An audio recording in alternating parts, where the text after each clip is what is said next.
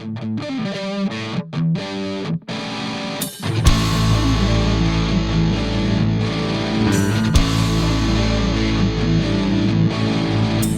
if you thought Joe was going to do this show intro, then you are ready for this episode of Discography Discussion. And the Doom Hammer is in house. I am Joe.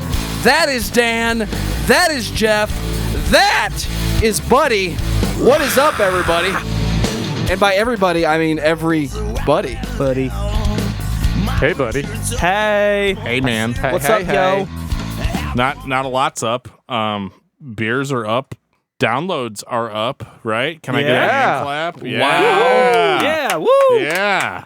So it's been fun. It has been fun. We've finally broken the barrier, and what is the barrier? The barrier for me was 500 downloads, and I think we're at 851 at this point. We blew through that. Yeah. Props to James Rolfe and Props to Joshua James Toomey. Rolfe, Joshua Toomey, who we had last week.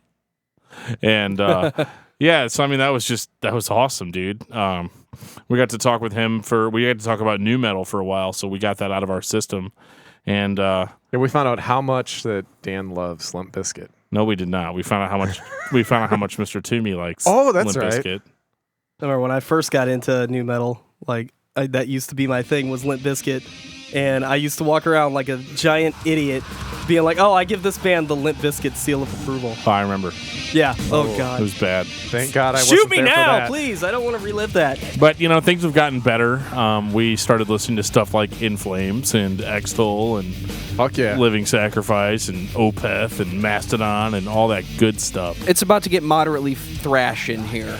I'd also like to point out Thrashy. this is the first Deathy. episode we've done with 4 hosts in-house.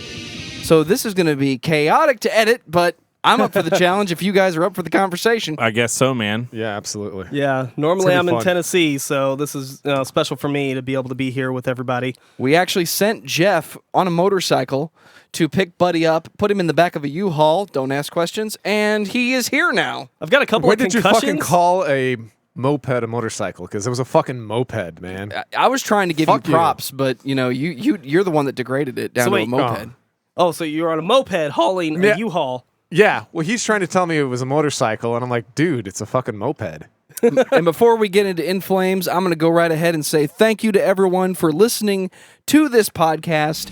We are on Google Play. We are on iTunes. We are on Stitcher. We are on TuneIn Radio. So if you have an Amazon Echo product, you can say to it, Alexa, play the latest episode of Discography Discussion, and she will. You can also follow us on Facebook and on Twitter at discussmetal. We love hearing from you guys, and if you are wanting to know what's going on with us, you can find everything at discussmetal.com. We've actually got a Patreon going, so patreon.com/discussmetal. Give me your money! That's what he said. And now back to you, Dan. I don't think it was ever me to begin with. We just assumed it was you. Hey, I'm the host of the show, okay? God damn it! Right. Sergeant Slaughter. No, okay, so really? In Flames, right? Fuck yeah, man. This is our bucket list. This is one of the bands that we had to talk about. Yeah. We had to. We just wanted to find a special enough night to do it. And when Buddy said, "Hey, I'm going to be in town this night," we were like, "All right, we're going to do it." Yeah. This band is one of my formative, when I first started getting into death metal and, that kind of stuff. This was one of the first bands I picked up. And I've been addicted to these guys ever since. Man, you're not the only one. They're formative to me, too, man. Yeah, me three, for sure. I'm here too, guys. Yeah, Joe's You're here 4. too. But so the thing is with In Flames is, hey kids, you like death metal? Yeah, I love death metal. Do you like death metal that is rooted in traditional heavy metal? I guess. No, trust me, just listen to it. It's great. So you've got all the heaviness of death metal with In Flames, especially early In Flames. You, I would say you can trace the melodic death metal thing back to, I guess, Carcass. On their Heartwork album was a very melodic death metal record, and you can hear a lot of that in Flames. And one of the things I like is that Heartwork really it incorporated a lot of melodic influences into kind of Carcass's grind death metal sound. Like, Heartwork was 93, right? I believe so. Yeah, and so In Flames had started in 94, so it's very close. Pretty close, yeah. So like a lot of the bands, so there was a town in Sweden called Gothenburg. And there was something in the water in Gothenburg, Sweden, because 3 bands emerged seemingly out of nowhere. Then they were called In Flames, Dark Tranquility, and At the Gates. At the Gates took the more brutal side of it. Dark Tranquility and In Flames more or less played a very similar style of melodic death metal. But oh my God, like Dark Tranquility, which is going to be another episode. It better. Oh, it will be. Trust me. Those guys are still kicking ass and playing, the similar style. What are you implying there? Well, as we'll get into later, In Flames, for a little while, I would say, later in their career, kind of stopped carrying the melodic death metal torch, so to speak. Which is okay, as long as is it okay? Yeah, I mean, I'll say it's okay because one of my all-time favorite bands is Catatonia, and they went from holy shit, fucking awesome to like, hey, I can chill to this. I like Catatonia. I like all their stuff. I do too, but I'm just saying that there was a marked switch, but I think the difference is we'll get to that whenever it's time. Yeah. I don't want to get ahead of ourselves. We have here. some arguments for this. Oh, fuck yeah, we do. So we Some talked people are gonna about get pissed. we talked about Death being the originators of death metal. Yes. Whether or not they were the origin of that style. Oh, I thought it was Crutch. Well, Damn. you think everything's Crutch, I think, lately sometimes. I love me some Crutch. Everybody loves them Thank Crutch. God Dan does not have a because holy shit, does he have a all the fucking time. High five. Now I'm going to have to I'm going to have to edit that out. Oh, sorry, man. So, is In Flames the band that popularized melodic metal? And I don't mean melodic death metal because they kind of went into that and then they kind of leveled out at melodic metal. No, Joe, the answer to that is Iron Maiden. Iron Maiden. I thought that was melodic thrash metal, but we just said melodic metal, so if I were you, Joe, I would edit that statement out of the podcast. As Iron Maiden has never been nor will ever be thrash metal. Very well. Yeah. However, okay, so In Flames definitely popularized the idea of melodic death metal. There was nobody really at that time that was doing melodic death metal like they were, except Dark Tranquility, who was essentially doing the same thing, but for whatever reason did not become as popular as In Flames. At least not right away. I would say now Dark Tranquility is probably higher up in the hearts of metalheads than In Flames is. But you go back to albums like The Gesture Race and Horacle and Colony. And I think at that time the bands at very worst were equal. I don't think that Dark Tranquility had the ups and the downs that In Flames had. So what was the first album of In Flames that you heard? Oh, that I heard probably was okay. So when I was a freshman in high school, I met some dudes on a cruise ship that I was on with my family, and they showed me Colony. And I hated it because I listened to nu metal at that time, and I didn't care for it. However, whenever I really got serious about listening to In Flames, it was because Buddy had seen a video for Cloud Connected on Headbangers Ball. Yeah, I was sitting in my room one night, and I saw it come on, and it was one of their only videos, because they've not had many music videos, and it was for Cloud Connected, and I was like, this is amazing. I have to go find this now. And I went to one of the CD shops in town and picked it up, and then I picked you up from high school that day, and we just blasted Trigger. I'm like, you have to listen to this. This is amazing. I think like a lot of people in America with the nu metal scene were introduced to In Flames with that record, Reroute to Remain. Which makes sense, because, around that time, music videos were still, like, the thing to do. Right, it was still cool. And, yeah. I guess that would have been, like, what, around 2002 2 or so. Yeah, 2. That's when that came out. Yeah.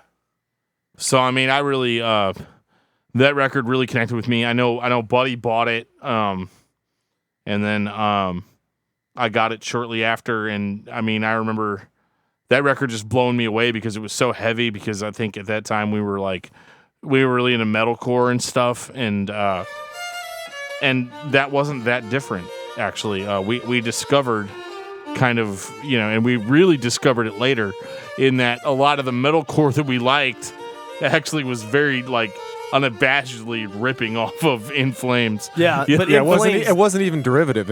Like you said, it was the same riffs. Yeah, exactly. Like we used to, when we would listen to an As I Lay Dying record, we'd be like, dude, In Flames called. They want their riffs back. Yeah. But In Flames did it better. Yeah. Well, Killswitch Engage too. They on their first album, they ripped a lot of In Flames out of it. And they were pretty much unabashed about it. Whenever they just pretty much straight up admitted, hey. But that's cool. I mean, I guess whenever you're copying and emulating, that's the greatest form of flattery. So why not? Sure. Yeah. So did everybody rip off As I Lay Dying then, or did they rip off In Flames? Everybody ripped off of As I Lay Dying, who ripped off of In Flames. Because they definitely got Yeah. more popular than In Flames did. In Definitely. most Well, you mean in the States, yes, but in the States. I mean, you go over to Europe Japan. and in Japan and Yeah. South America, completely different story. Right, and would you guys say probably that In Flames and Dark Tranquility were like the Metallica Megadeth of Sweden? Yeah, You probably. know, yeah. They were... Yeah, because there's a lot of interconnection there. There's a lot of they grew up together in Gothenburg. Right. They were actually in a lot of bands together. I guess we'll probably get to that point. Yeah, we're talking about that. But yeah, I mean, there's a lot of. I don't know if they still hang out. I don't know if they're still friends, but I do know that when they were younger, that they were all in the same venues. They were a lot in the same bands, and I think that's kind of cool. That the fact that you had this, Gothenburg's like 50,000 people. I mean, it's a tiny freaking town. Yeah, it's not a huge town. Yeah. And like we have like an entire genre to thank for it. It comes from this one little fucking hole in the wall, and it's fucking awesome. Well, Right. it's the Black Sabbath syndrome and the Beatles syndrome. You had this little area that just started one thing that everybody latched onto. Yeah. And speaking of just the interconnection part, we're currently, I don't know if you've played any clips yet, Joe, but we're listening to Jester Race. Or not Jester Race, I'm sorry, Lunar Strain. Yeah, Lunar Strain. And so Lunar Strain has actually Michael Stani of Dark Tranquility on the album doing all the vocals. Right, and you know who was the vocalist he was for Dark Tranquility at that time? Yeah. Anders Friedland. Yep. It's like they went to a bar one night and they got drunk and then went home with different singers and didn't realize it until the next morning. Right. And they were already on tour and went, we'll okay, I guess we'll just stick with this. Hey, Well, you're not actually- that other guy. You're the other guy. Well, for the reality portion of it, Michael Stani was always a studio. He was a studio vocalist. for correct. them. He was a stand-in musician. So He was never Did we have the melodic he death technically metal wasn't version? part of the band. right. Did we have the melodic death metal version of Milli Vanilli then? No, No, Thank 'Cause they God. actually because fucking sang. Milli Vanilli recorded a different band and then lip synced to their it. stuff. You know what's funny So is it's not really the because same. I'm a bit older, that I actually bought the Milli Vanilli. Jeff is a album. professional. I am older person. Yeah, that's because that's technically true in this room. So I'm just gonna go with it. So fuck you. No, but it's Get off my lawn! yeah. They actually make good music whenever they were actually not being lip sync. I mean, if you into the indie pop. I just got one question for you. Why the fuck am I listening to indie pop? No, are they screaming? No. Then I ain't tapping my feet. Oh, see, I have an eclectic taste, so I mean, I even like rockabilly and old school country. So All brutal all the time. All right, let's get back on Lunar Strain. Okay. Yeah. Okay, so Lunar Strain, right, comes out in 1994 with Michael Stani as the lead vocalist, at least as a session musician. And, oh my goodness, right? So Behind Space kicks in. And, we're somewhere else at this point. We're not in Heartwork. We're we're somewhere else, you know. Like, and the first time I heard this, I kind of thought like, man, this doesn't really sound like In Flames. It almost sounds black metal-ish in the way it sounds with the screeching vocals and all that. But it's not really black metal because controversial statement. It's too good. I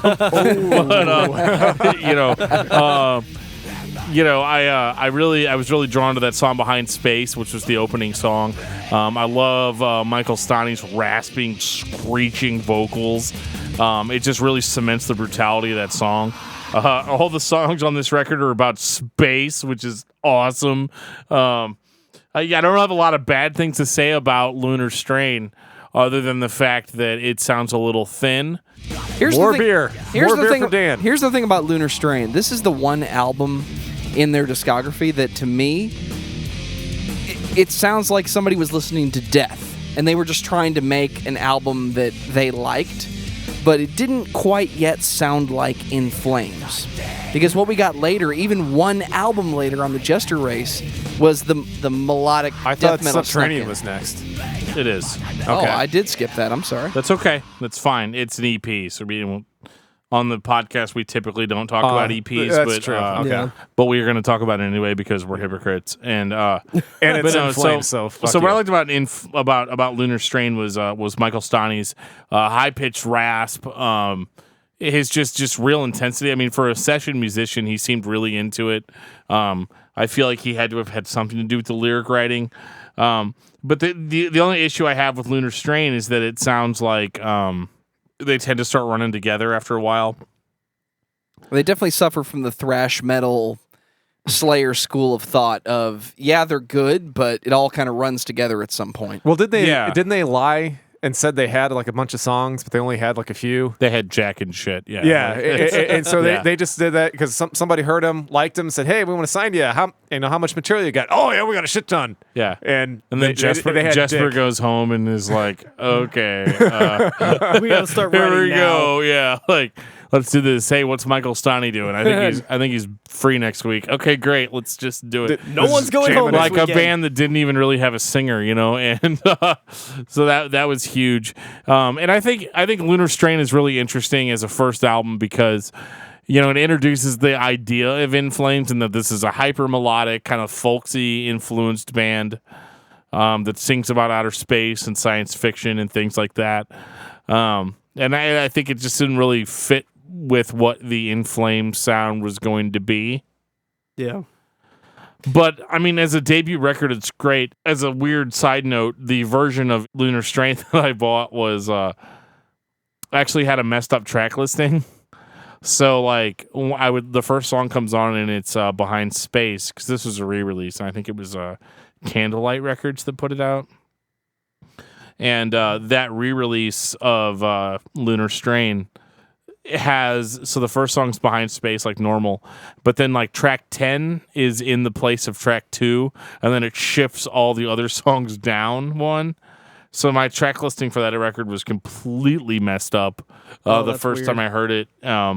It didn't hurt anything though, because I think the song that it put in was called Clad in Shadows, which is one of my favorite In Flames songs, and so it worked out. But yeah, it wasn't until a few years later that I actually got to listen to Lunar Strain the way that it was supposed to sound. You know? Yeah. Speaking of the way it was supposed to sound, like I originally did not like this record at all. You know, I don't know what it was, but now that I've listened to it off of Apple Music, because I think I had a really like bad recording of it. Must have been, you know, low quality. Yeah. Because now that I've listened to it with this, you know, higher quality version, like I really love this album. It's really punchy and I can hear everything. Whereas it was very, you know, like you said, tinny before. Yeah, it's thin. Yeah. Yeah, very thin. And Kind of it- like Mortification's Break the Curse. It's a thin sounding yeah. record. For being a record that was essentially written in a few days, I think. Yeah, it's pretty damn good for a few days. Oh my God! Like, and I know they had a demo out in 1993, which I think had would it have like Clad in Shadows and Upon an Oaken Throne and In Flames. Like they had like those 3 songs. Yeah, because that's all that they had. That's what got them signed. But yeah, like the fact that like a song like In Space was just literally shat out overnight. Like these guys clearly have a lot of talent, you know, and it was really cool to hear it. So I think after Lunar Strain did pretty well, they went ahead and put out this mini CD, like an EP called Subterranean. And contrary to popular belief, this is not Michael Stani that does vocals on this. It's God, I wish I could remember the guy's last name, but it's Henke Force, I think his name is. It's probably probably Force or Farce. Yeah. Something in the anyway, other he's side of like the world. he's like a straight up black metal vocalist, and so it's weird because when you listen to Subterranean, you might be able to tell yourself that it's Stani singing, but it's actually not. It sounds really similar. I didn't even know. I Yeah, started to like it almost research sounds like a this. difference in mixing than it sounds like a different vocalist. However, Subterranean has incredible material in the sense that it was a lot better than Lunar Strain production wise. The songwriting wasn't as basic as what you'd heard on Lunar Strain. Everything really kind of pieced together in such a way that they really sounded like a more professional outfit than they had sounded on their debut album. And I really like Subterranean just because it really gave us a really good preview of what we were going to get on the Jester race. Yeah, it's starting to move toward that direction that, you know, with all the melodic elements and everything, getting a little bit, you know, further away from the black metal style sound and into that more Gothenburg style. Right. Yeah, this is whenever Jesper starts making his mark, pretty much. Oh, yeah. Yeah, because is- this dude wrote everything pretty Yeah. much on all that stuff. Yeah. So he was very prolific in that regard. Now, I guess we ought to ask, are we going to call him Jesper or Jesper? Because I know... I'm going to call him Jesper because I'm from the middle of America and his name starts with a J. All right. See, I'm a hockey guy, and like there's guys in hockey that it's Jesper, and they all say Jesper, like Jesper Foss. Sure. With New York Rangers. But so if there's any New York listeners, go Rangers. Right. If you say Jesper, you're gonna have to use like some kind of accent. Oh, am I now? Yeah. Okay, so just the fact that I have some sort of Scandinavian predatory doesn't... Let's that bring it doesn't- out. Let's bring it out. So here's my next question. Much like Yes, Death, sir? is this another example of one man being the influence for one band's sound? Completely. Absolutely, and I don't think you can even question it. Jesper leaves the band later on in their career, and You can tell. it not definitely goes downhill. Like, I like England, but you can tell that there's a difference whenever he takes over as lead guitarist. I mean, For sure. I mean, I even like Ingle, his side project, but man, there's not even a comparison between the two whenever they're writing stuff. I didn't know Jesper left the band. I had no idea. Yes. Oh, yeah. I wonder if I can guess which album. You Let's let me see. know Oh, yeah, when you I- think it is. Yeah, when we All get right, to it. we'll get to it. I will make my call and see if I get it right. And we'll talk about Jesper's new band. Ooh, when the time comes. Yeah, so Subterranean, it's a 20-minute EP. Has a lot of really good stuff. If you buy Subterranean right now, you're probably going to get a whole bunch of bonus tracks on it. And they vary in quality greatly. But there's a demo for a song called Dead Eternity on Subterranean, and it's done with the vocalist on Subterranean. And it's really our biggest preview for what we're going to encounter on the Gesture race just a year later.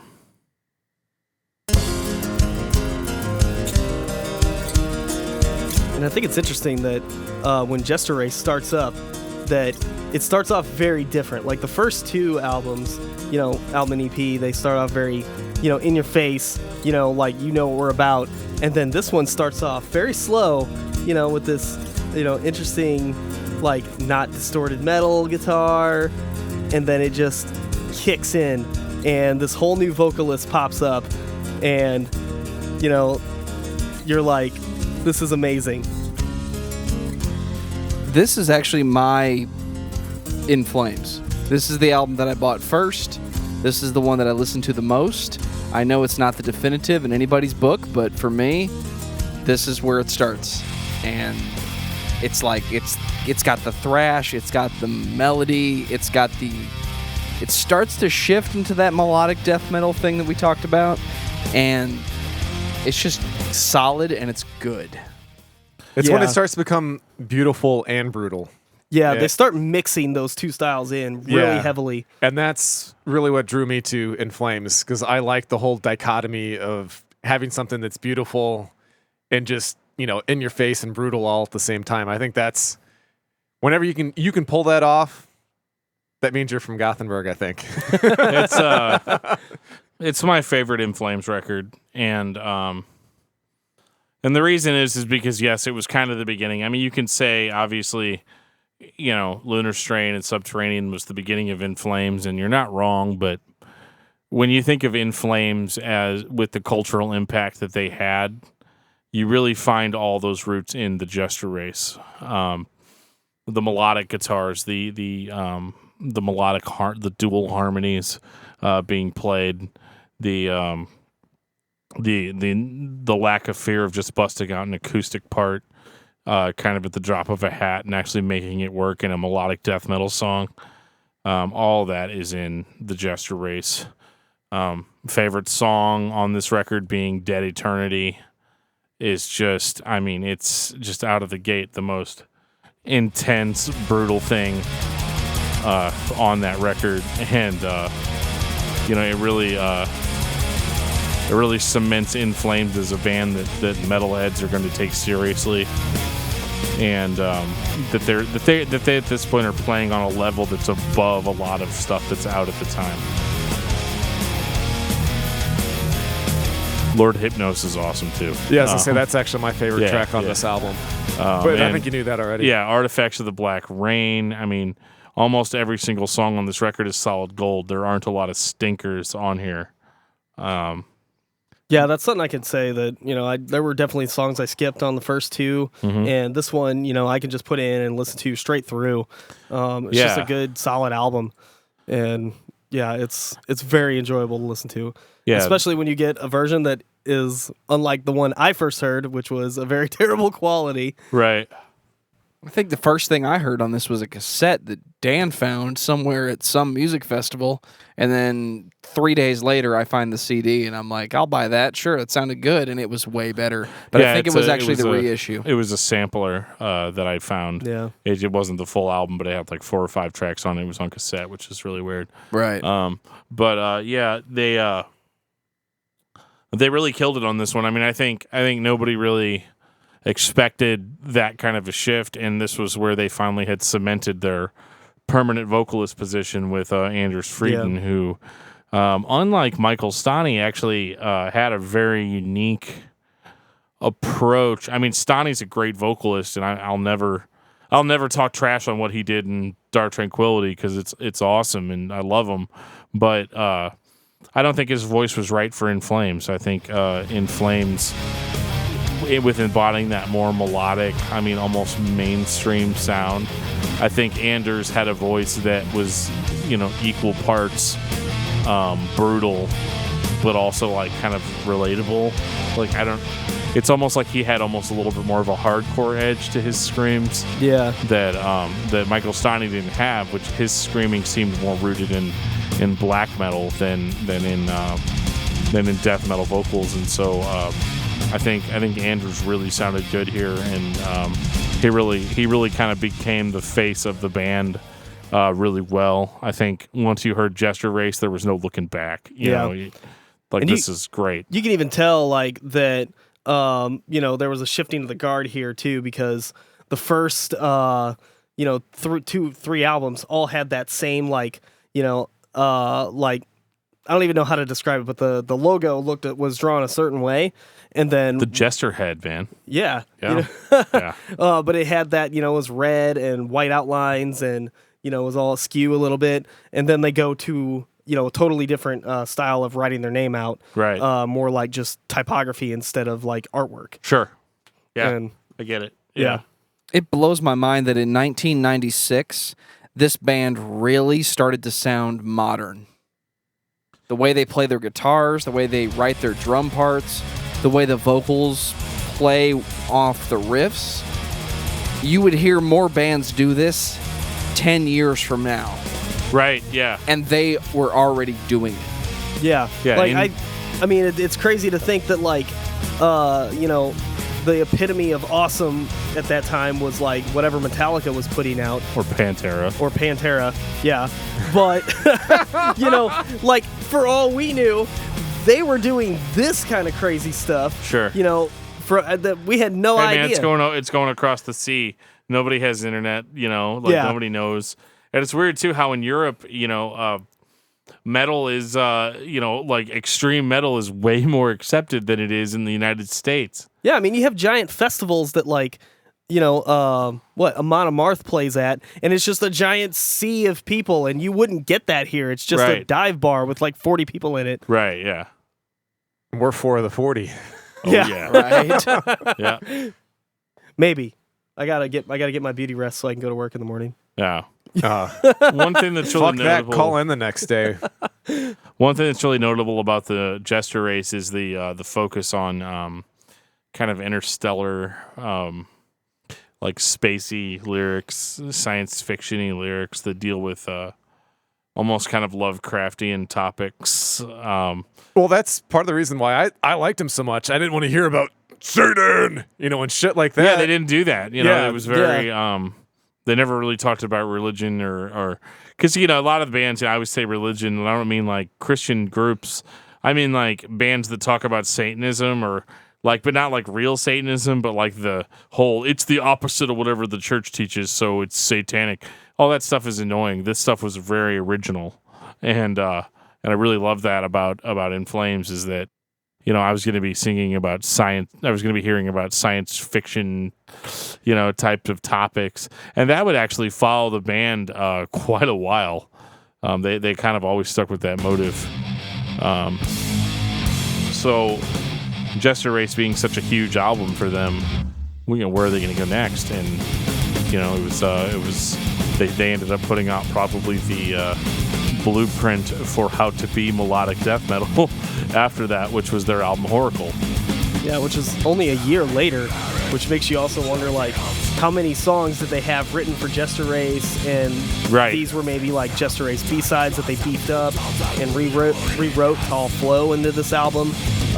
You know, because it's also a super solid album, and it's only a year later, and most bands don't do that. Right. Well, remember they wrote Lunar Strain like over a weekend, right? That's true. You know, it's a testament to how well they are actually able to craft songs. So you give them a year, that might be all they need. And I'm that guy in the crowd that says your metal band sounds generic. It sounds like As I Lay Dying. What you actually sound like is In Flames, 1997 Horacle, that As I Lay Dying would go on to rip off less than a decade later. Oh yeah. But I mean, these are those riffs. This is that sound that we associate with melodic death metal.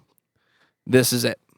For sure. And everybody ripped it off. And I mean everybody. As I Lay Dying, Kill Switch Engage. Dan, keep me going here. What, War of Ages? War of Ages. Avenged Sevenfold Avenged to an extent. Sevenfold Like, in the early years. everybody ripped this off. Everybody played this style. I think it was there weren't a lot of bands that didn't have that like that was all it was all from In Flames, and it's just really weird because how is it that we consider a lot of that stuff to be derivative crap, but we think In Flames is really good. And I think what it really comes down to is In Flames had a theme. They had an idea that they followed through with. You take that theme out of the music and you're just left with empty notes. Yeah. And Horacle had an atmosphere to it, you know, where you really felt like you were part of something bigger than yourself. And there's this space theme and this prophecy and lyrics that I don't even completely understand myself half the time. Speaking of not understanding, like, you know, we talk about all this space stuff, and then they come out with episode 666. Right, yeah. Which you'd think would be like, okay, this is our generic satanic metal song, and like has nothing to do with the title of the song at all. Yeah. Like it's just, hey guys, this is episode 666, so here you go. What I really loved about this record too is it was the first In Flames cover song that I'd heard, which was their cover of Everything Counts, which was done really, really well. Yeah, I was surprised. When I was a kid, I was a huge Depeche Mode fan, so Yeah. hearing This that, sounds great. I was like, wow. So what I like now, which is In Flames, with what I loved when I was a kid, and I'm like, that's Funny, I had no idea that was a cover song. It's so Oh, really? good. Yeah. I snuck one by him. Yeah. yeah. This actually has one of my favorite songs on it too, The Hive. I love that song. Oh, The Hive is great. Yeah. I really love on this album. Shoot, what was that song called? Dialogue with the Stars. That's one of my favorites. It starts off with Jotun, which is kind of got that Nordic sound to it. Nordic influence. You know, they're from Scandinavia, so like you're hearing a lot of that Scandinavian stuff in there, like with the folkish melodies. I stuff that they mostly were hear the very- folkish rhythms. Yeah. When I Yeah. listen to those Yeah. bands. Well, they make them so metal because you hear a lot of like modern quote folk metal bands, Right. and like they have all the old folk instruments on there, and they've got metal in the background, which usually sounds like screeching cats being drowned, and it just never really sounds that great. In Flames played folk inspired riffs.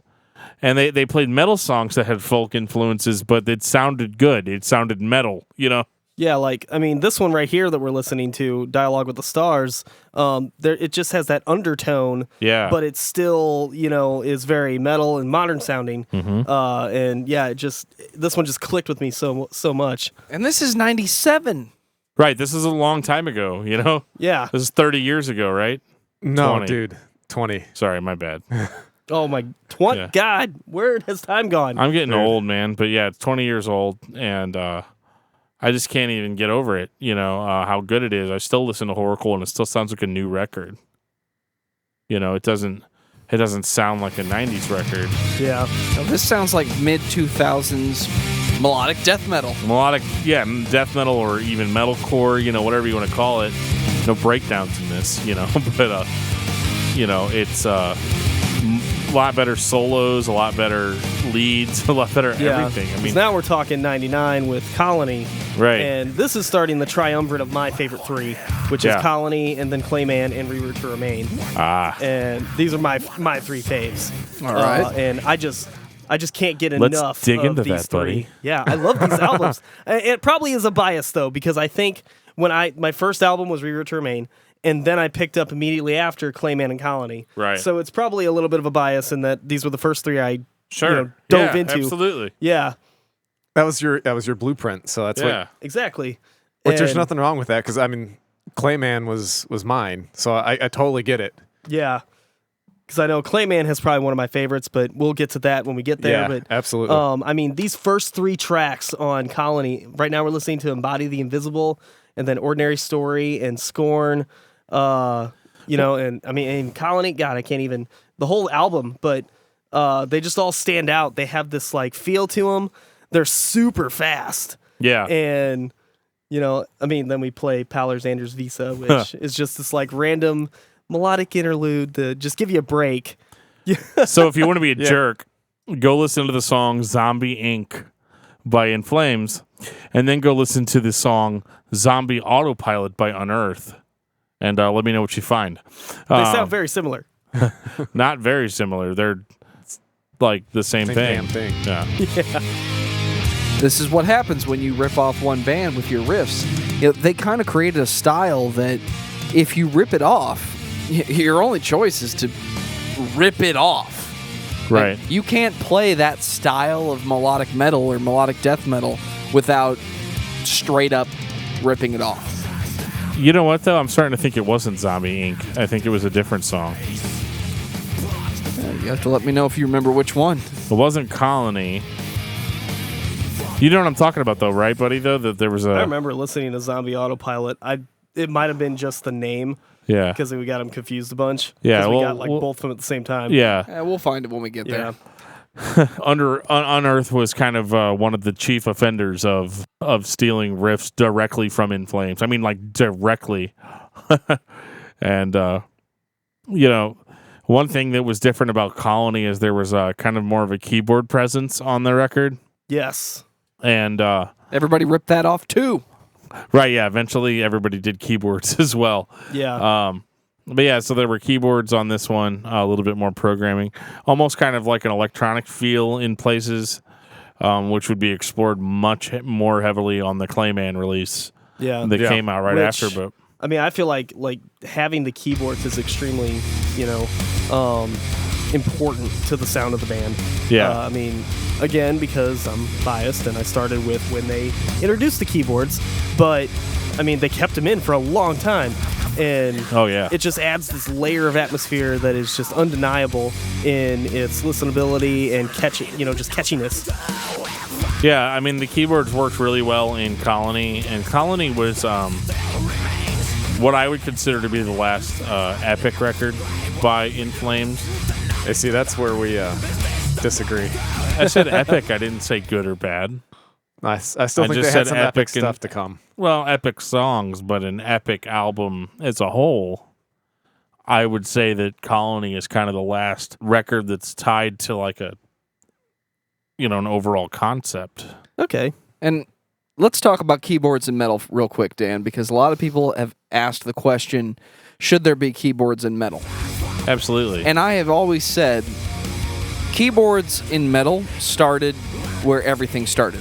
They started with rock bands using orchestras. Sure. Keyboards were just a more efficient way of adding that ambience. Yeah, that atmosphere. That's what you're looking for. And Yeah. there's absolutely nothing wrong with that. So, yeah, I can get on stage with 2 guitars, a bass, and a drummer, and the heaviest vocalist you got, and I can be heavy. But if I'm being musical and I use a keyboard to add some ambience to my music, there's nothing wrong with that. And there's a lot of bands that did the same thing that a lot of people would call heavier falsely, like hardcore bands and Sure. metalcore bands. But it was always, you're always ripping it off. And there was a time period where modern bands were cheating and using, Korn would be a great example of a band that used the guitar to create that ambient sound. Oh yeah. But good orchestration always has some type of ambience, at least in my experience. So where does the keyboard sit? Right on stage next to the drummers from where I'm sitting. Yeah, I mean, the keyboards were huge with In Flames, and I think it really added to that epic feel of the records. And after a while, it ended up even shifting more into an electronic type feeling. Yeah. I mean, that even when we started our own band, I specifically requested that we get keys Yeah. because of In Flames, because I wanted to sound, as bad as this sounds, I wanted to sound exactly like In Flames. Yeah, we didn't because yeah, our we guitarist. totally didn't. We ended up sounding more like Under Oath than anything else. Yeah. And But Clayman contains probably one of my favorite In Flames songs, which is Square Nothing. Mm-hmm. And I think it's just because I love the build-up of it, because it's very slow, and then it just kind of folksy. yeah, and it punches you part of the way, and just it Teases you. teases you, yeah. Yeah. and then all of a sudden it just kicks in and just annihilates you for the rest of the song. Yeah, You know? it's actually my favorite song on the album too. So The chorus is great. Yeah. it's amazing.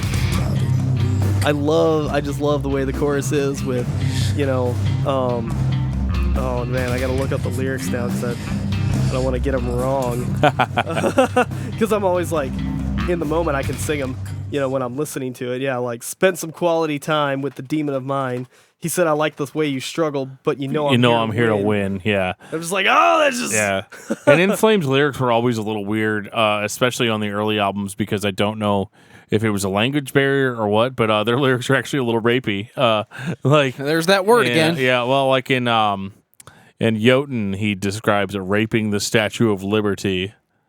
And then in another song, in Satellites and Astronauts, he says, just randomly out of nowhere. It has nothing to do with the song at all, but he's just like, but think as I rape your mother. You know, Yeah, it's that's Brush the Dust Away. Yeah, is it Brush the Dust? So he says that? Yeah. Oh, I thought it was Satellites and Astronauts. Yeah, I just scrolled into it on Dark Lyrics.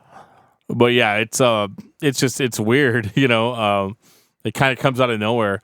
But so Clayman is extremely notable in the sense that it was the first In Flames album that featured hints of what we would get later. Anders actually sings a bit on Clayman. Yeah.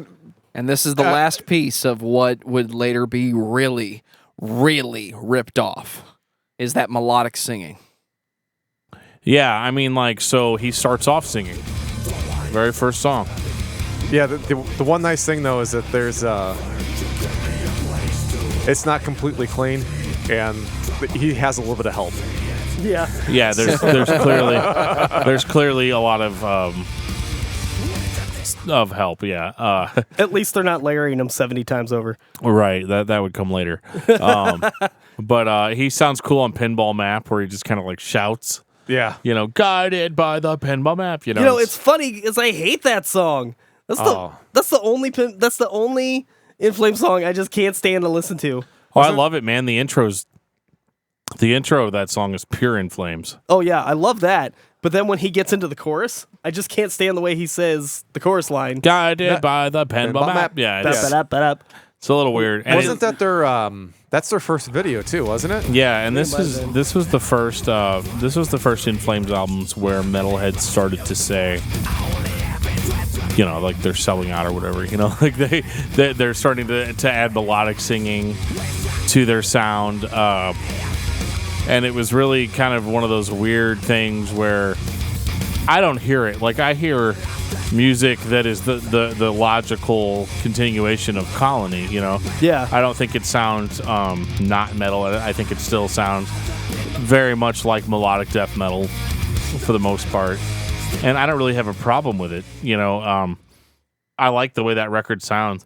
Now, but you can hear the beginning of what I like to call the In Flames choir on this record. I think the song "Only for the Weak" has a kind of a melodic chorus to it, and they kind of followed that through that, where it was kind of a mixture of like Anders' death metal vocals with kind of this background choir-ish sound.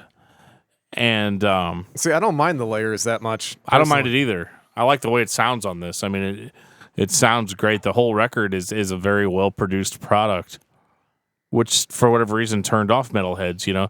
At this point, you hear people being like, they've sucked ever since the Jester race. Yeah, and that's stupid. Absurd. That's It is. absurd. I would say Absolutely absurd. absurd. If you just like metal in general, how can you not like this? Well, yeah, and pure opinion here. But is Clayman or even Colony as good a record as the Jester race? I'm going to say no. I'm going to say the Jester race did have better riffs, had better song structures, had better solos. However, This album is more that catchy. it doesn't invalidate what came later, and that's a very important thing to say this early in their career, because I feel like really all the way up until about 2008, everything they put out was solid gold. Yeah, and nothing ever takes away any of these old albums. So even when bands go on later, which we'll get to, you know, they don't sound quite as awesome. Yeah. You know, the old albums are still there. You could still pop them in and listen to them, and they're still amazing. They're still readily available. I just bought Lunar Strain, the Jester Race, and Horacle all on vinyl. You know, Very nice. 180 gram vinyl, and they sound great, and I love them. And Yeah, you're nothing- supposed to bring those nobody- over to my house. Nobody remember? can ever take those away from me. You know, they're Oh great. yeah, except you're gonna forget them at my house. I mean, if you show up, I guess if you show up at my house with a, yeah, here, take them. You know, Clayman, I think, got a pass for the most part. I think people were like, well, they're starting to move more into the mainstream sound, but it's still good. It's still metal. It still works out. Definitely. I think a reasonable person is not going to have much of a problem with the Clayman. But when Reroute to Remain comes out in 2002, well, there was some shit talked. Yeah, I Yeah, could see some people I was having one problems. of those people. I Really? Reroute to Remain it was a dip for me, man. I didn't dig it as much as I guess everybody else in the room. Oh man, this was my jam. I love this album. This is Jeff's last episode. Yeah, apparently, this is the first album that I actually felt compelled to skip every once in a while. You know, like songs on it that I was like, okay, I want to go to this, but now I want to skip that. Dude, how can you not listen to Trigger? I'm not saying that was one that I skipped. But see, so this is different though, right? Because 2002, right? Isn't Killswitch Engage already a thing now? This is when Killswitch Engage became a thing. This is when everybody stopped giving a shit about nu metal, and everybody wanted to hear heavier stuff. You know, people wanted to hear. You know, all of a sudden you started hearing names thrown out like In Flames and Dark Tranquility and Opeth and Scar Symmetry and bands like that. I could be wrong about Scar Symmetry, but kind of that same ilk where people wanted to hear stuff that was just, you know, it wasn't like, you know, your Slipknots and Mudvaynes and Il Niños and stuff that we talked about last time. And we wanted to hear music again. Just say it. We wanted to hear music. We wanted to hear heavy metal songs with solos and, you know. Yeah. We didn't want to hear Image. If you want to go back to our last episode, right? We didn't want to hear about Tough Guy, and then what everybody looked like. Even if, you know, the music wasn't the same, everybody looked the same and had the same attitude in nu metal, and we were happily over it. Buddy, do you remember the first thing I said when I heard Trigger for the first time?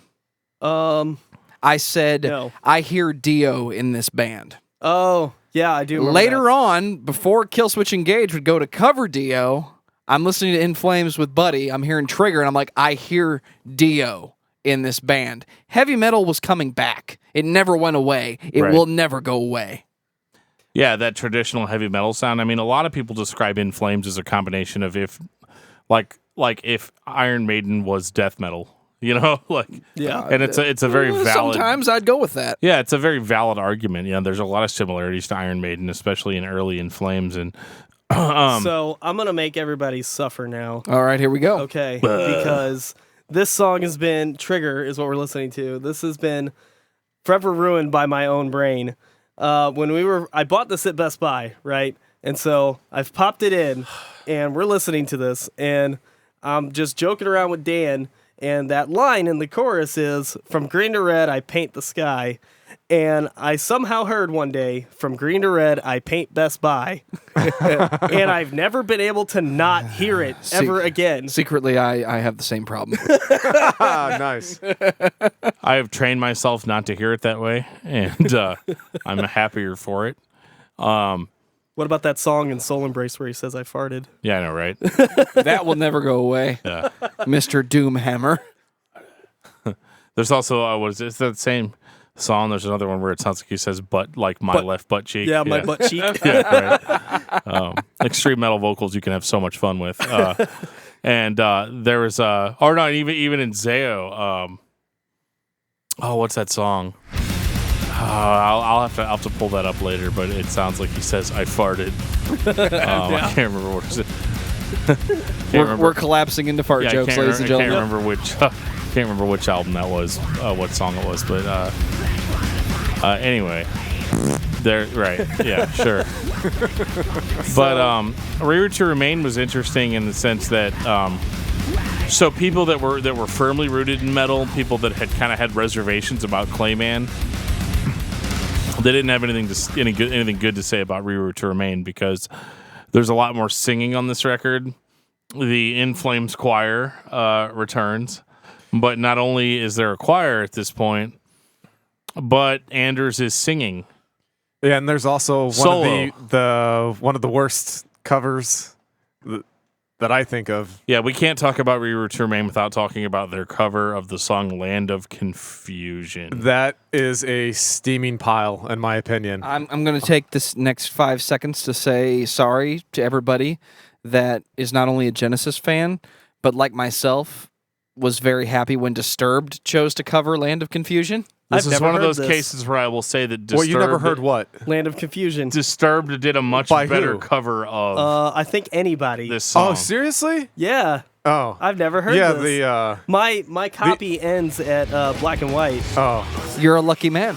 yes, because this is shit, man. Is this like on a reissue or something? I think think it it's just just depended on which on version of the the- album you bought. I don't know, Because because I bought this when it first came out, so... This is on the reissue. Okay, that's probably the problem. This is a steaming pile of garbage. What is this a cover of?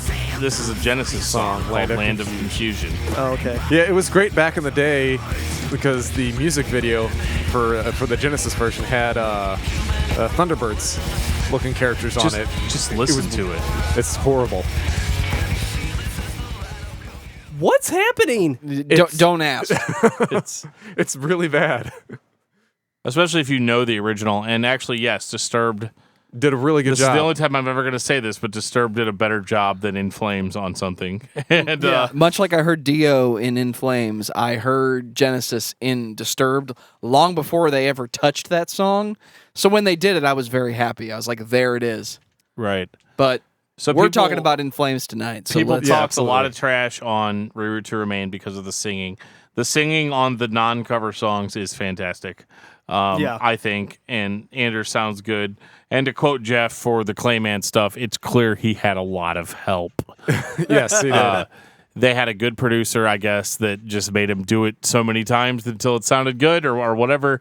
Or there maybe have been some digital manipulation. I'm not sure. I think there is some manipulation. I'd have to say. I'm gonna put a date on it. So autotune kind of became a thing professionally right around 2002. Yeah. So yeah, but I think it still sounds good. Yeah, It hadn't been does. taken to where it would be taken later. But Yeah, it was still there. I mean, I think it sounds good on here, and I don't really have an issue with it unless you're just the kind of person that's like no clean singing ever. Which, that's more Buddy, which is kind of funny because he likes this one so much. Yeah. But, I mean, I'm kind of backed off on that. I went through Yeah. a phase where I didn't like do any screaming at all, and then it was just nothing but screaming. And then now I've kind of leveled out, and right. So I think most of the claims that, In Flames went nu metal on Reroute to Remain are bullshit. I think they're not really valid arguments about. It's like, okay, they're singing, there's a little bit of electronic element. Okay, sure, I get it. But I don't think that this record was bad. I think it's very redeemable in a lot of ways. Yeah. And for people like us, it was our first introduction to In Flames, so it made us seek out those earlier records, and we grew a very nice appreciation for that band. Yeah, based on what we heard here. It's again still my favorite album, and so I can't hate on Reroute to Remain at all, because every time I've listened to In Flames, that's the first thing I pull up. Now, they follow that up with an album called Soundtrack to Your Escape. I'm going to duck while Dan goes off. I know No. you're out to try me. Yeah, okay, so God. in this one, the new metal comparisons might be a little founded. Yeah. I think somebody What on happened? somebody on Amazon summed it up very well whenever he said that the clean singing on this record sounds like Jonathan Davis from Korn is singing but randomly being stabbed by a hot poker. Did you, in fact, write that review? No, I did not. Okay. I wish you could take credit for it. I would, but I can't. You see, I guess I'm going to be a contrarian because stab him with the hot poker some more because I like this album a lot. I do too. I actually do as well. Yeah, like it's just I like some of the lyrical bits, like the "I know you're out to try me" on "The Quiet Place." Yeah. Is a bit just weird for me, but Yeah, see, I don't. When it comes to In Flames, I don't. I guess because some of the earlier stuff, their lyrics are so weird as shit. I don't really pay attention to their lyrics. Yeah. Okay, so I guess because it was just starting to dive into like that whole like high schoolish, like very, I don't know, like I don't know how to describe what I'm trying to say here. they were kind of emotional, personal lyrics, which Yeah. I wasn't used to with In Flames. I'm like, why the hell aren't they singing about space? And so there's a song on this record called "The Search for I," And I think the most cringeworthy Insert fry. moment, so the most cringeworthy moment on this album is when he's like, "But I am ready to give you the M. It might even be the E as I begin the search for I. The I is lost in me." Like, I don't know. It just doesn't sound sincere. It sounds really like... Sounds like a little play on words. Yeah. It's like the kind of lyrics I would have wrote when I was in a notebook when I was 13 years old. But, all right, Anders, you need to be a little bit more personable with people. To So, be fair, this is pre-emo. But emo was on the way. Not really. No, emo was like Emo Sunny Day existed- Real This was in Estate its in like swing. 1994 with Diary. emo had existed since the late 80s. No. I don't mean real emo. do you mean Screamo? I mean what we had to deal with for mean- 5 years. You mean whiny little bitches? Yeah, there you Okay. go. And Anders really becomes that. He becomes a torchbearer for the whiny little bitch movement on this record. I know, I really like this song, but that makes sense because when you have like You Better Dead, because he's talking about how this house is not my home. Well, if it's your house, why? Well, just kick them out. Yeah, It's your house. Yeah, like You Better Dead. They have a song on here called "Evil in a Closet."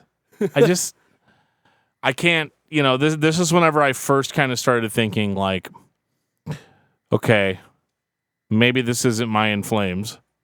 Not My In Flames hashtag. It was just, it was different. It didn't sound like. Yeah, well, there's a lot of people that say that about this album. I'm gonna give them kudos because I like the fact that they're stepping out and trying new shit. At least to them, it's new. I mean, I like this record, but there were a lot of warning signs on it that maybe I wasn't going to be as on board after that. I think for me, this was like there's a difference between like an album and a collection of songs. And I think for this one, this was like a collection of songs. And there were some good songs on this album, but then there's some that I'm just like, there are a couple that you're right, that are just, Yeah, I could skip them, but like this song, every time I put this album on, I love to listen to Like You Better Dead, and what was the next one after that? I think it was My Sweet Shadow, and I do like Evil in a Closet. That one is still pretty My good. Sweet Shadow's good. Yeah, the I first really like song, My Sweet Shadow a lot. Fiend, Friend, or whatever it's called. Yeah. Friday. That's probably one of my favorite songs on the record because it is. Well, like opens up so brutal. Right, yeah. Right. It's the first time you hear the, type of vocal on an In Flames record. And but I mean, at this point, they're not playing melodic death metal anymore. They're playing kind of what everyone else was playing at that time, which was like that metalcore, almost ripping off of their own band kind of sound. It's funny because if you listen to Just a Race and then listen to Soundtrack, right, immediately, then you can hear that difference. But if you start listening from Soundtrack or from Just a Race and then one at a time, working progressive. It's a lot more gradual to see that shift. They shift into it, yeah. Yeah. So did In Flames become a parody of themselves at this point? I think so, but I think it was still such a good parody that you might not notice the difference right away. Or even if you did, I don't think you cared. I think if you liked Reroute to Remain, you were going to like Soundtrack to Your Escape, which we did. There was no real... to me, there was no issue at the time. As I'm a little bit older and I appreciate stuff like the Jester Race more, my opinion on it has shifted. But when it first came out, I mean, I was jamming this shit in my car every day. I thought, oh yeah, it's In Flames, it's great. And people would be like, well, doesn't this sound like Killswitch Engage, or doesn't this sound like Agilate Dying? And I'd be like, no, you need to go back and do your metal history because this was the original. I think these are the guys that did it first. I think I like this album. Also, partly because there's a lot of harmonizing vocals, and like we talked about the In Flames choir. Oh yeah, a lot of that. There's a whole lot of that on this album, and I think they do a really good job of it on this one. Yeah, I can't get past the guitar sound on this though. That was what I was gonna bring up was that it kind of has this like almost vacuum sound, like it's Vacuum. It's very, that's a good song. Yeah. Well, when they actually have a song called "Vacuum" on this record, but no, it's not on it's this on the one. next record. Oh, is it on the next one? Oh yeah, it's on "Come Clarity," isn't it? But so Soundtrack to Your Escape, though, every time the distortion kicks in on the guitars, it sounds like Like you're trying to listen to this album on your headphones and your mom's like vacuuming, around you while you're listening, and it bothers me a lot. I know it was around this time. I don't remember if it's exactly this album or not, but they actually had mentioned they specifically started trying to play guitar parts where they could actually play it live, because apparently they were having. That's interesting. Yeah, they were actually having difficulties replicating the sound for performances off their early albums. That's what happens when you have 2 guitarists and 17 parts. Right. I mean, that makes a lot of sense. I remember watching a documentary on Between the Buried and Me recording The Great Misdirect, and I'm watching the drummer just try constantly to get this drum part, on one of these songs, and I'm thinking, how are you going to do that live? He's like, blah, blah, blah, blah, blah, blah. Oh my God. Yeah, and he like throws his sticks, and he's like, how am I doing this? And the answer is he's Blake Richardson. He could do no wrong. yeah, that's true. But, so at this point, In Flames, I think their contract had ended with Nuclear Blast. And in America, their stuff was picked up by a record label called Ferret Records. Which was the same that got picked up with Zayo. It was Zayo, right. Absolutely. And so, us obviously, as we mentioned on every episode, are humongous Zayo fans. And Who is that? Get out of my house. Go listen to episode 3. I don't know what to. I don't really know how to respond to that. So 2006. Anyway, 2006. Come Clarity Come hits. Clarity. And I'm going to admit this might be one of my favorite albums. I fucking love this album. It probably has my 2 favorite songs on it, actually. So which are your 2 favorite? Go ahead. Well, Vacuum is easily my favorite song. I'm gonna go get a beer while you guys talk about this. Okay. Enjoy your beer. I will. Keep talking. Well, I had to So- wait for Dan to get by me, and Crawling Through Knives is the other. Crawling Through Knives and Vacuum. Yeah. I really like probably the first 4 the most on this album. I like the one with the chick. Yeah, yeah, I don't remember if they've ever had another like a guest vocalist type, singer on any of their albums. They. I think they ever have. Right. At least not a girl, that's for sure. No, they did on one of the early ones with one of the folksy songs. Dan, do you remember which album had the? I always thought that was Anders. Anders is the dude. No, because listening to this record, I kind of don't get that impression. God damn, dude. Dang, this is when Dan's teeth come out. Yeah, and he's gonna get. I knew he was gonna get pissy as soon as I said I actually really do enjoy this album. I know. I'm still on board with In Flames at this point, but Dan is starting to come off the rails here. Yeah, I got one more album after this, and then that's whenever I come off. But I really do like. And I think it happens to do with the fact that I fucking love Vacuum. I love this fucking song. Okay, so I like Crawl Through Knives. Yeah, I do too. That's my other favorite song. And that's about it. But so all the shit that everybody talked on Soundtrack to Your Escape and Clayman and Reroute to Remain, all 100% confirmed / verified here. Okay, it's not new metal. We know that. But like Joe asked earlier, at what point does the band become a parody of themselves? Oh, it's totally on that this. That is totally this record. Totally. And it's fine because you want to say, it's still heavy. Yeah. It's still heavy, man. It's still good. It's still great. It's not great. Okay. This band, goes from talking about space, there's a purpose and a resolve behind all human apprehension, the shrieking silence and the blackness of space. That stuff is super metal. It's super awesome. Raping the Statue of Liberty, I guess, is metal too. I'm not entirely certain. I have not tried that action. However, I will tell you that it sounds a hell of a lot more metal than don't want to live in a dream all day. I mean, it doesn't sound good. It sounds actually like emo singing, which is very strange coming from an In Flames record. Although it doesn't become very strange, it becomes the beginning of a trend. And I kind of saw the writing on the wall with this album, and I was like, dude, I'm done. I'm just done. I can't get into it. I remember at one point, Buddy even's like, Dan, did you even really listen to Come Clarity? And I'm like, yeah, I listened to it 2 times. And then I was done.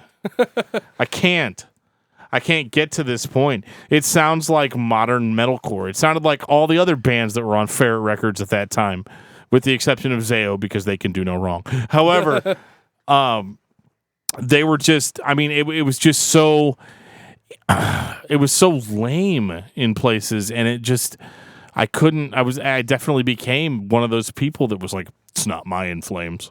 And I think this was the point where I essentially checked out on In Flames. Yeah, that's okay. I mean, I still enjoyed them.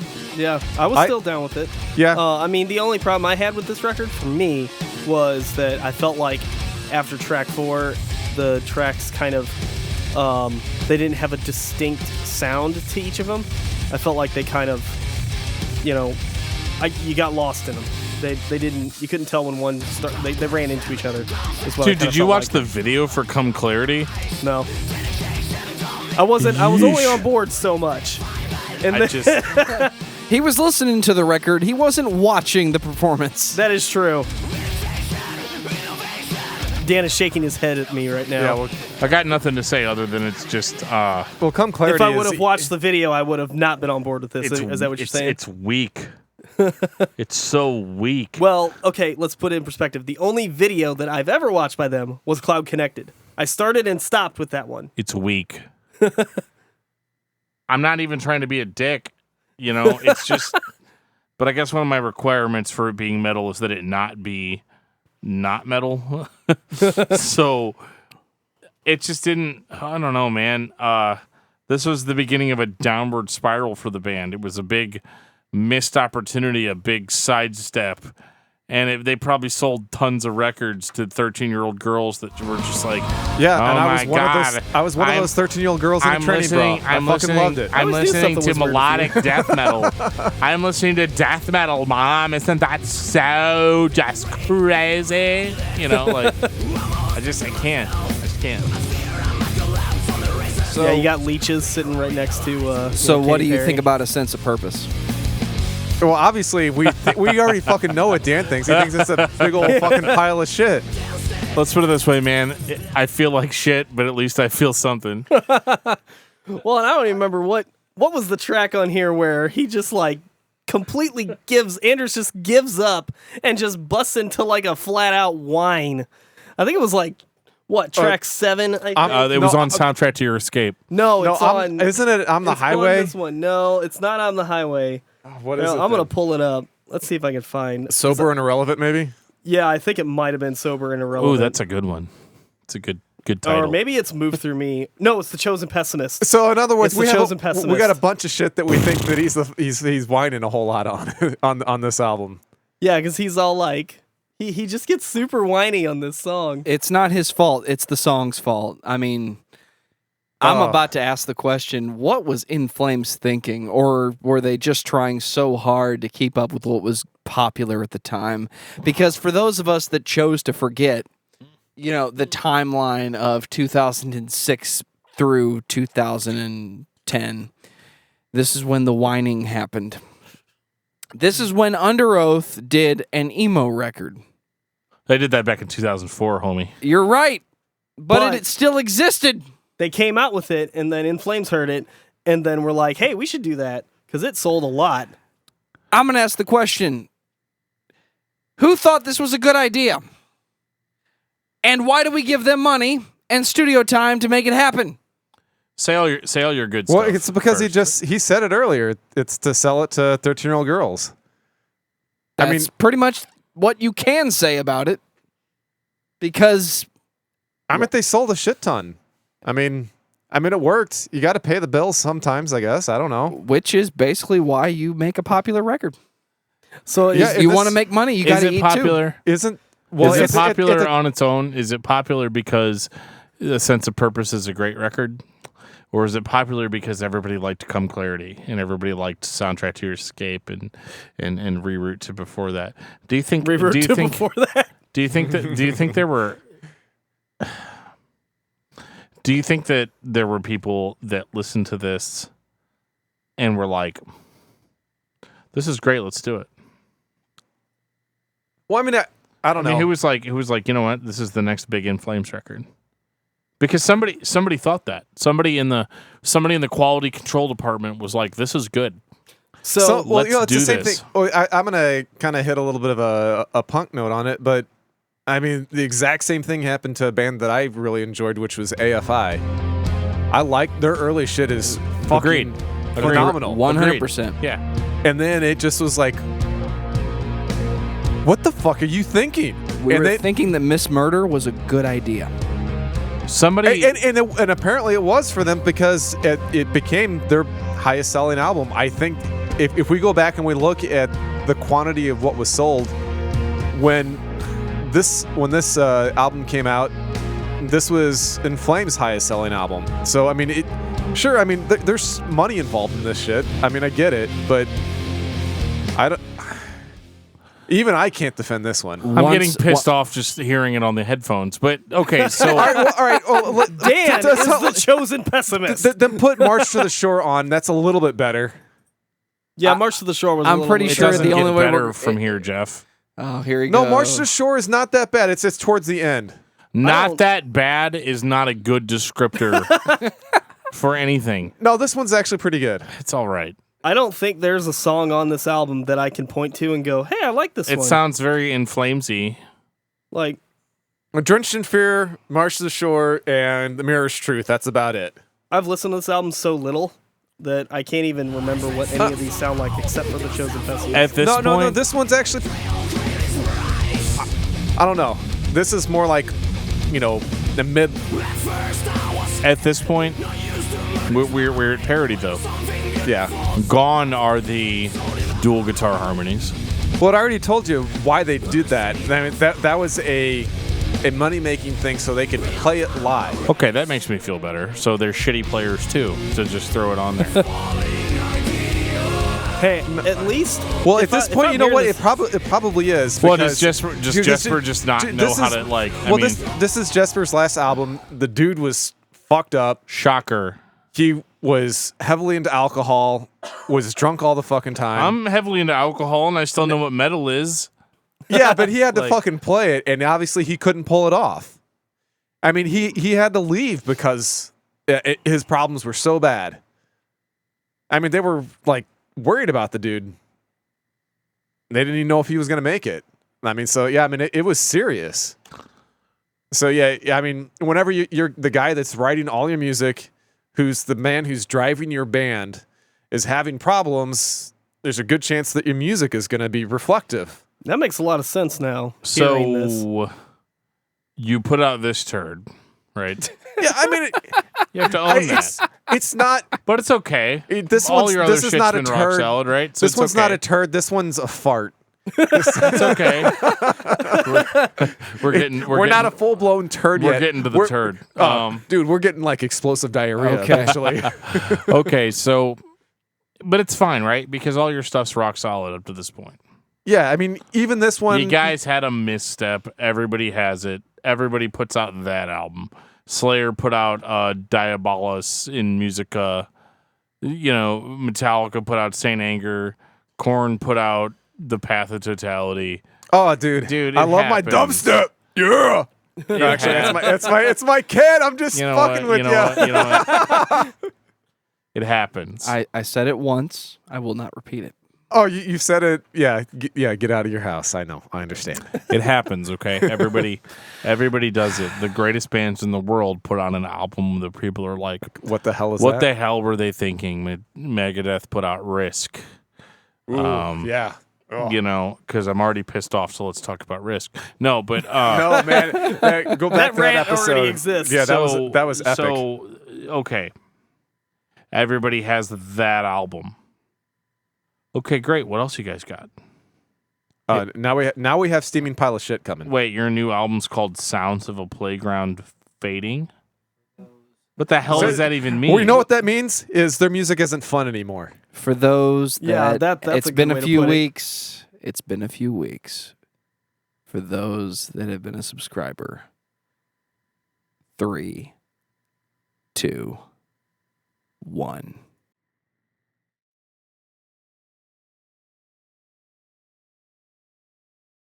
And I'm going to now duck because Dan has a microphone. And an empty beer bottle in his hand. He's gonna fucking destroy you for playing it. Oh god, what the fuck were they thinking? Well, okay, so Money. let's stay positive here. I haven't heard the rest of this yet. I mean, I'm just pretending right now, but this is starting out like, you know, they're doing the little melodic Buddy. intro. Buddy. You know, maybe it'll Dude, come back. Buddy, even at don't. your best, man, you can't pretend No, I We can't. love you, buddy, but that come you on, man. haven't Come on. heard this already. They can't deliver us from this. Yeah, I did do that. That was a fucking pun. Nice. I did do that.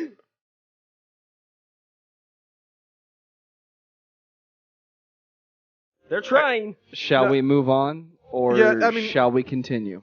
They're not even the same band. Yeah, this is like a completely different band at this point. And it really is, because the driving force is gone. This is the first album without Jesper. Or Jesper, however you want to say it. And it's depressing. I mean, it's really depressing. Okay, so that first riff really hits you like a pile of bricks. You know, like a pile of paper mache bricks that, you know, that you play with as a small child because they're afraid that if they drop one on your fucking toe that it might hurt you a little bit. But there's nothing about this record that hurts you. There's nothing about this record that cuts you or makes you feel convicted or gives you that feeling in your balls that you're listening to something that's heavy, that's rebellious, that's against the system. There's nothing on Sounds of a Playground Fading that make any sense from a metal perspective whatsoever. And yet, at the same time, this is coming from assholes that were supposed to be the pioneers of melodic death metal. Heavy emphasis on the death metal. None of that shit exists here. This is insulting to me as a metal fan. I can't get behind it. I can't. I tried. can't. It's not even a guilty pleasure. As I've said many times before, if you want to make pop music, fine. Make pop music, but make good pop music. Don't give me this halfway shit of like, okay, yeah, so we're in flames, right? So did you guys hear that? It sounded a little bit folksy. It sounded like In Flames. We're still doing the same shit that we did before. It was the same problem with Mortification. You know, they put out records that are like supposed to be death metal, but they're fake death metal. Okay? It's not even the same thing. Okay? It's just it's this like I don't know, like do you not play these old songs live? Do you not remember like what you sounded like? Do you remember playing all those complicated guitar parts and you're like, yeah, dude, I mean, at this point in my life in 2011, it's basically just like 1996. It's the same shit. And I think everybody that was a fan of the band up to this point is going to really love it. They're not. It's bullshit. Hey, Dan. Dan. Tell us how you really feel. I can't hold it anymore. Ladies and you know gentlemen. what? We don't have to say another fucking word because Dan said it for all of us. Did you just Wow, encounter the that was final boss? amazing. I tried listening to this album multiple times because I wanted to like it because it was In Flames. I listen to Saint Anger a lot too. And It says In Flames on the cover. I couldn't get... I say still that. have yet to listen cover to cover. I have not been able to go from the first song to the last song straight through without having to take a break or skip a song. Oh, good God. I wish I could say that. Geoff, critical listener question, okay? Yes. If you, in a hypothetical existence, had no idea who In Flames was, I wouldn't even fucking listen to it. if you picked this record up, would you at least have gotten through it? Absolutely not. I would not have made the attempt. I would have said, fuck this shit. It sucks ass. What would you have listened to in spite of it? Dark Tranquility. Actually, it makes me want to go listen to Catatonia, to be truthful with you, because... Okay. And here's at least here's the reason why. Is because they're a band that like did the whole 180 and they did it right because they did it owned good. it. They owned it. Absolutely. They didn't do, like Dan said, this half-ass shit. They went and said, you know what? Fuck you guys. this is what we want to play, and we're going to do it, and we're going to own it, and you're going to love it. And I still love Catatonia, and I still love In Flames, but for different reasons. I love In Flames because I have the old albums I get to go back to. Whenever Catatonia comes out with a new album, I'm like, all right, I can listen to this. This is good. I cannot say the same thing for the last 3 albums for In Flames. And it starts with this. This was trash.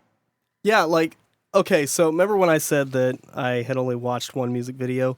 Well, I told a tall tale, because now I remember that they could have put out a video for Deliver Us. But I use the word tall in the same sentences. Yeah, I'm really short. I'm trying to puff myself up a little here. Yeah.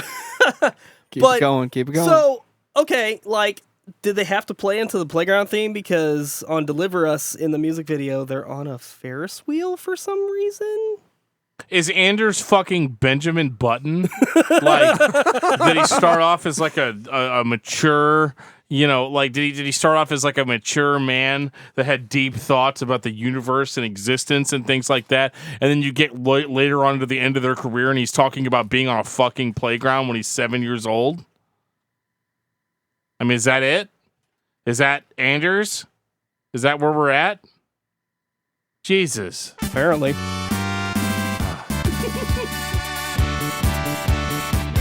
At least we win. Dan has won, Yes, he has. and we have 2 albums to go.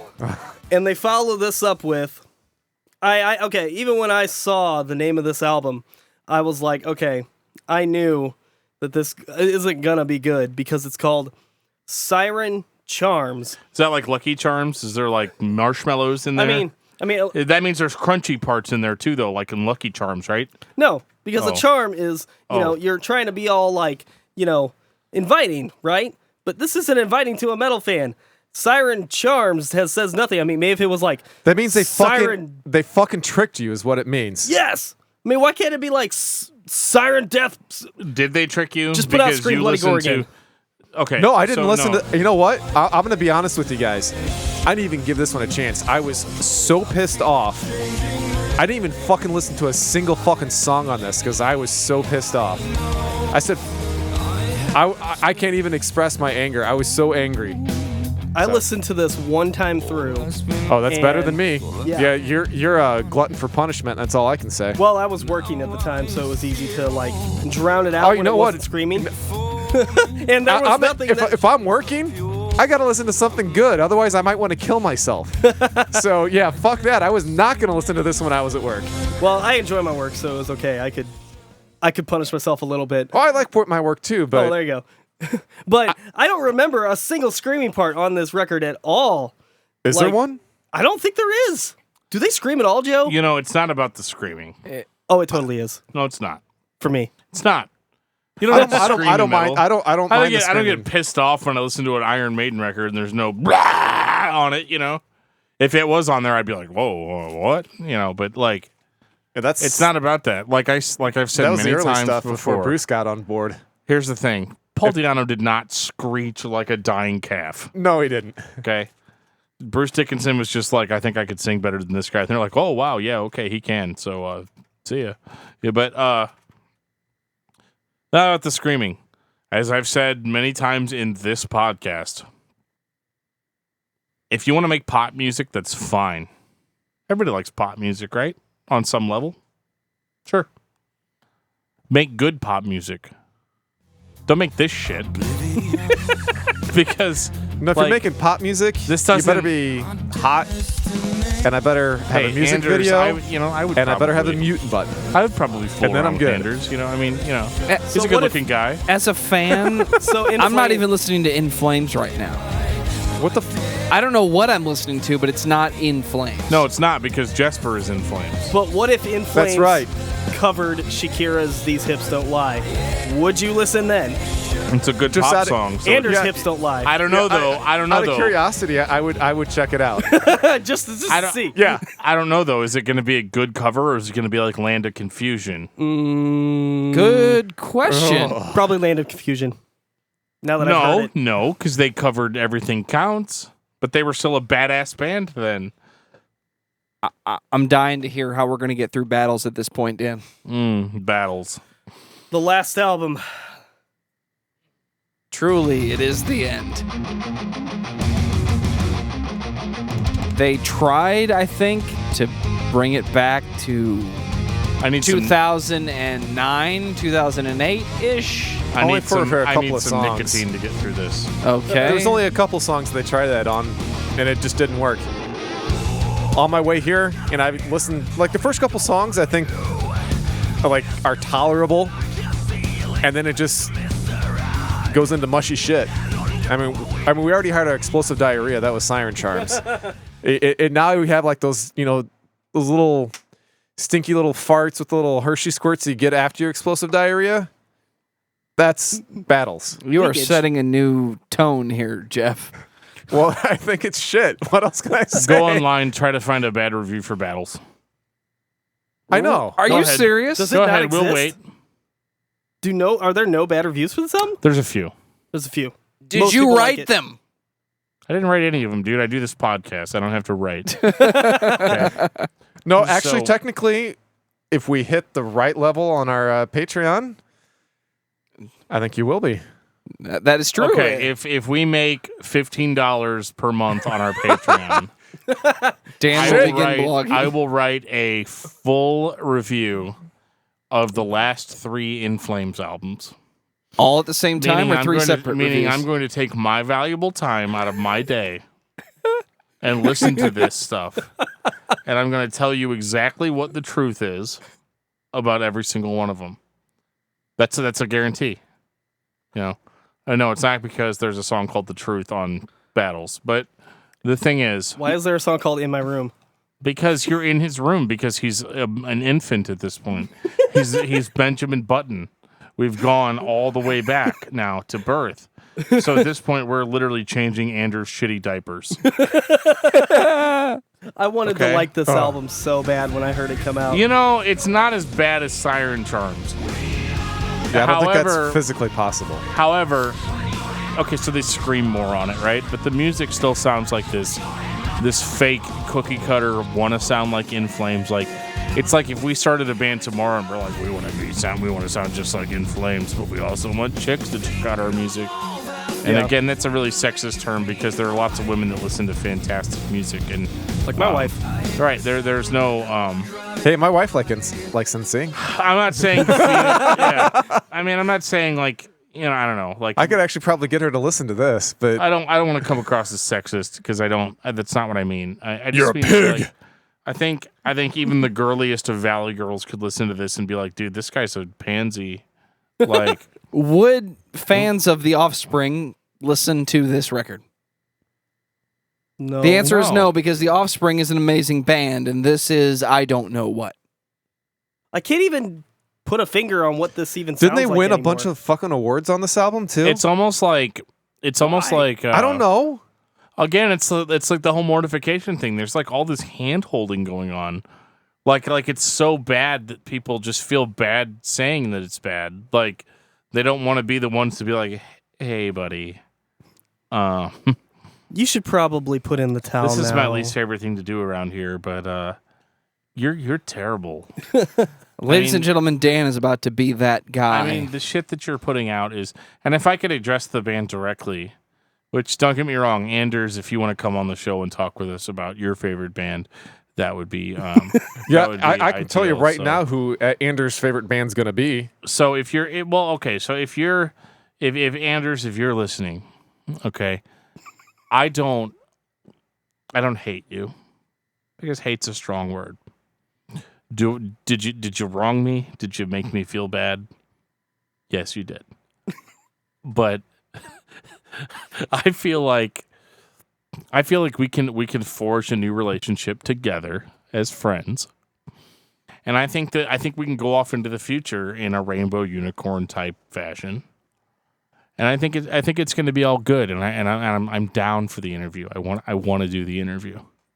I want to talk to you. I want to talk about how the Jester race changed my life, and I want to talk about how Horacle was fantastic.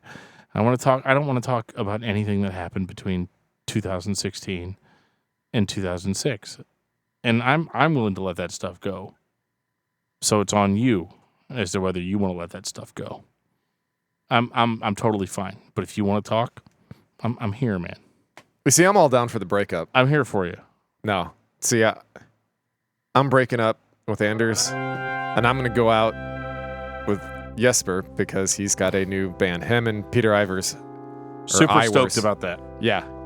And I can't fucking wait to hear it. And I don't know exactly how it's pronounced. I think it's Syra or Syra. It's Cyhra. Who cares? It Kyra. has to be great. Yeah, but the exciting thing is that Jesper's been pretty much clean and sober for a while now. Good deal. And I'm hoping that we get some of that old magic back because I'm hoping in 2 years. Yeah, because he's the driving force. He's the reason why we liked In Flames. Yeah, let's channel some absolutely. At the end of the day, he's the reason why we did. I mean, Anders is a great front man, great vocalist. Dude, give me 4 soundtracks after soundtrack, and I'm still on board. Yeah, we all are. Yeah. Even if, That's all I'm asking. I'm not asking for Oracle Part 2. I'm not asking for the Gesture Race Well, continued. I'm asking for it, but if I don't get it, I'm still good with soundtrack instead. Sure. I'd like another Reroute to Remain. And that's fine, too. But I'm biased on that one. That's fine, too. I have no issue with that. I don't. And, Hell, the whole... even to make Dan... Yeah, never Dan's mind. trying real hard right now. I think I don't want to reignite the powder keg. So I'm gonna call it here and say, starting with Buddy. Final thoughts on In Flames. In Flames is a fantastic band. They've definitely shaped like metal for the past 20 plus years. And I mean, if you want to check out anything by them, I mean, you're not going to go wrong with anything before 2006. All those albums are super fantastic, but there are people out there that like this newer stuff. If that's you, great. That's your bag. But for me, everything, soundtrack to your Escape and before, that stuff's amazing. Geoff? it's kind of like a high school girlfriend where everything is just fucking awesome in the beginning. Things are just, peachy keen. You're in it, you love it. There's all that emotion, and as time goes on, it kind of gets contrived, things get stale, and then you start wondering, why the fuck am I still with this person? And then that's whenever they become your high school sweetheart that you still talk about 20 years down the road, because they're not the same person that you had a huge crush on in high school. They are now their own person, and it's definitely not who you are compatible with. And for me, that's what happened with In Flames. I love them. I love that memory. And because you always have that first love from high school, and that's what In Flames is for me. They are my first love. But if I met my first love from high school now, there's no way in hell that the two of us would ever get along.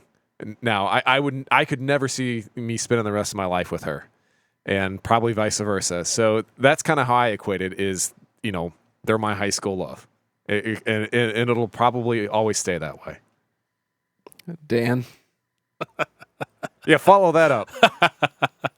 He's going to just go fucking psycho. Okay, guys. Anders, buddy. Not Anders, buddy, but Anders, my buddy. As opposed to this buddy. This buddy is my buddy. So, okay. You listen to Metallica, right? You listen to Iron Maiden, right? Do what they're doing, man. Put out something that doesn't sound that different than what made you popular before. Tour on those old albums. Play Gesture Race in its entirety. Play Oracle in its entirety. On tours. Randomly. Don't tell anybody you're going to do it. Get this huge buzz off of the fact that back in the day you were the definitive melodic death metal band. And just cash the check, bro. Just do it. Just make all this money on reprinting Oracle t-shirts. And make all the money on printing Colony t-shirts. The artwork on Colony is great. I mean, just great. why not put that on a t-shirt and sell it to people and cash the fucking check? Just do it. It's going to be great. And I think everybody's going to respect you, and they're going to be willing to look past the last 4 albums. I think it's going to be fine, man. So my message is directly to Anders in that, look, man, you have the potential to still cash the check. You have the potential to make all the money. So just do that and just make it awesome. Make us forget all about your sins. Make us forget all about your personal feelings. It's not that I don't care about your personal feelings. I'm sure you're a great guy. And like I said, I'm really down to do the interview. But my God, man, like just stop with the whole, I'm going to sell stuff to your girlfriend and not to you, because I'm the guy that bought your records. I'm the guy that stuck with you. I'm the guy that said that sounds isn't that bad. But again, I was still trying to sell it to my girlfriend. I mean, come on, man. Let's just cut the shit and get to the real stuff. Because I know you've got it. You don't need Jesper. He's going to do a band. It's going to be great. But you're the fucking lead singer of In Flames. Okay? You have the potential to be so much more than you've been. So let's do it, man. I'm going to help you. You call me up. We'll make it awesome together. We'll have a good conversation. We'll be good friends. And I respect you. And I'm disappointed and I'm upset. I'm not mad at you. I'm disappointed. So let's step it up, man. God, that's like the worst thing you can do. That's the dad talk. You'd much rather your dad go, I'm gonna fucking kick your ass. But if you do that may have been I'm what I was like on a for sense you. of purpose, but but I'm a dad, so I know how to handle these type of situations. Dan, Okay. what is your album of the week, man? What is your album of the week? Shit. You are doing yourself a disservice if your album of the week is not Anti-Melody by American Standards. Geoff? All right, I'm going to go a little proggy here, and I'm going to go Tesseract, Altered State. I've been listening to a lot of that lately. Oh, that's good. It's so good. Go ahead, buddy. Yeah, What's it is. yours? Yeah, I've been listening to an EP by this band called Nothing Left, called Destroy and Rebuild. That's so good too. I know, it's such good hardcore. The vocals are so acidic. Like, I love it. It's so heavy. And I have been faithfully listening to Norma Jean this week.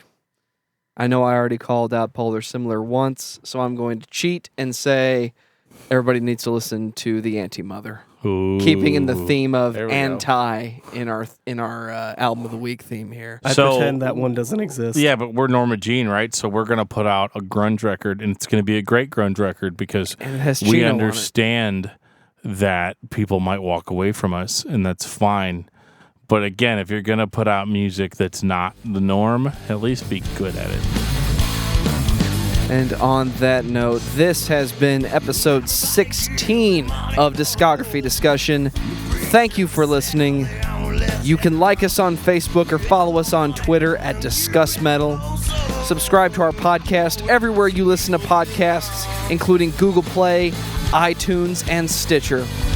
Visit discussmetal.com for all things discography discussion, including our Patreon at patreon.com/discussmetal.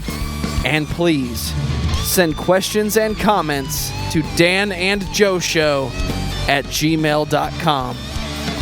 God help you if you have not subscribed to this podcast, and we will see you guys next week. I'm the chosen pessimist! Get out of my house. Explosive diarrhea. That's all I got to say. And more beer for Dan.